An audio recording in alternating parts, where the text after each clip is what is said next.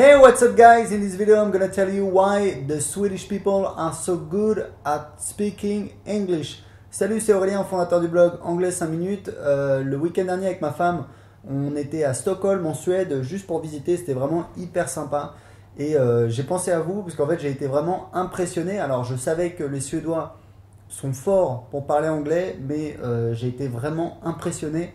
C'est-à-dire quand vous êtes en Suède, vous parlez à n'importe qui, mais c'est-à-dire le conducteur de bus, le serveur, enfin n'importe qui, et vous pouvez lui parler en anglais et il vous répond en anglais, c'est assez rigolo.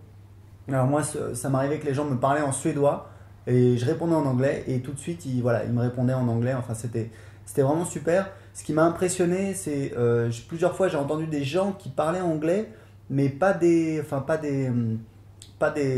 anglophones natifs, quoi. Pas des gens dont c'était la langue maternelle. J'avais l'impression que c'était peut-être. Enfin, je savais pas bien. Alors, peut-être que Stockholm, c'est une ville très cosmopolite.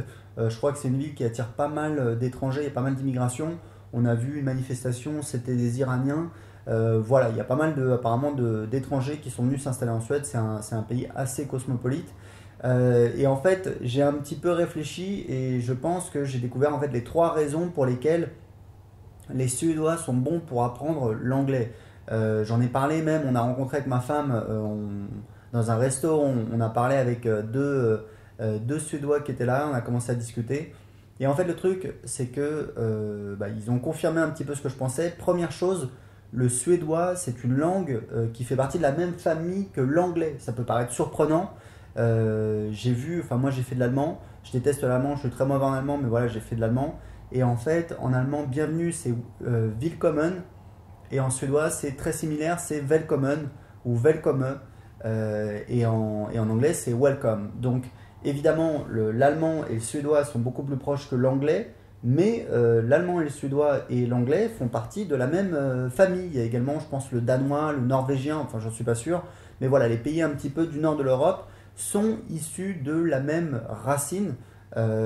Et n'oubliez pas que le français, c'est aussi une langue cousine de l'anglais. C'est évident, on a le même alphabet, donc on a une base qui est commune. C'est ce qu'on appelle, je crois, les langues indo-européennes qui ont été créées, je sais plus, il y a 2000 ans, 3000 ans, enfin bon, bref. Donc voilà, même beaucoup plus longtemps que ça, j'en sais rien, j'avais étudié ça à l'époque.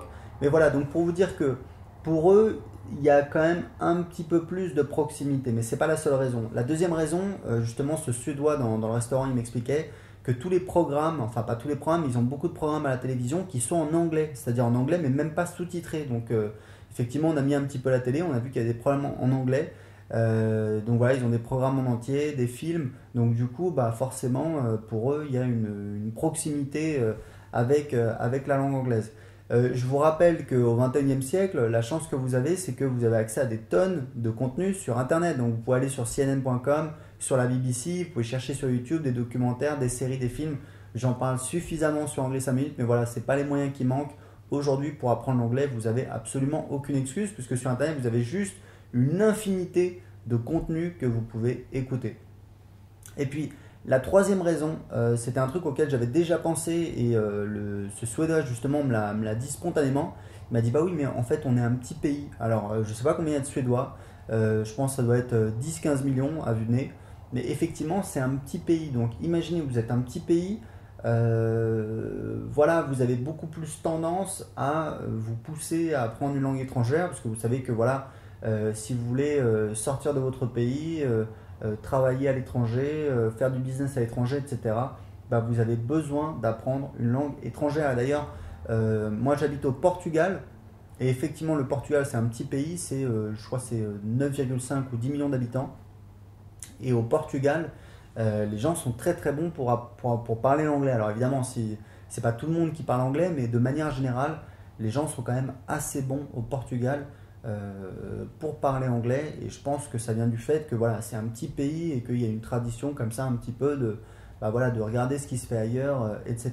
Et effectivement, quand on regarde des pays qui sont plus grands, comme la France, c'est 50 ou 60 millions d'habitants, avec en plus toutes les anciennes colonies, où voilà, il y a tous ces pays qui parlent également notre langue, du coup forcément on peut se reposer sur nos lauriers et moins avoir la motivation pour apprendre une langue étrangère, ce qui est vraiment idiot, parce que voilà, apprendre l'anglais c'est pas difficile et surtout c'est vraiment indispensable pour sa carrière, pour le business, pour voyager, pour se faire des amis.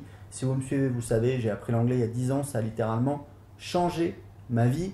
Là, j'étais en Suède, je pouvais parler avec n'importe qui et on a passé un très très bon séjour avec ma femme. Donc c'est vraiment une destination que je vous recommande. C'est un petit peu cher, par contre, effectivement, on va dire c'est des prix un petit peu de... C'est similaire au prix de Paris. Mais voilà, en tout cas, c'est une très belle ville, Stockholm, à faire tant qu'il ne fait pas encore trop froid.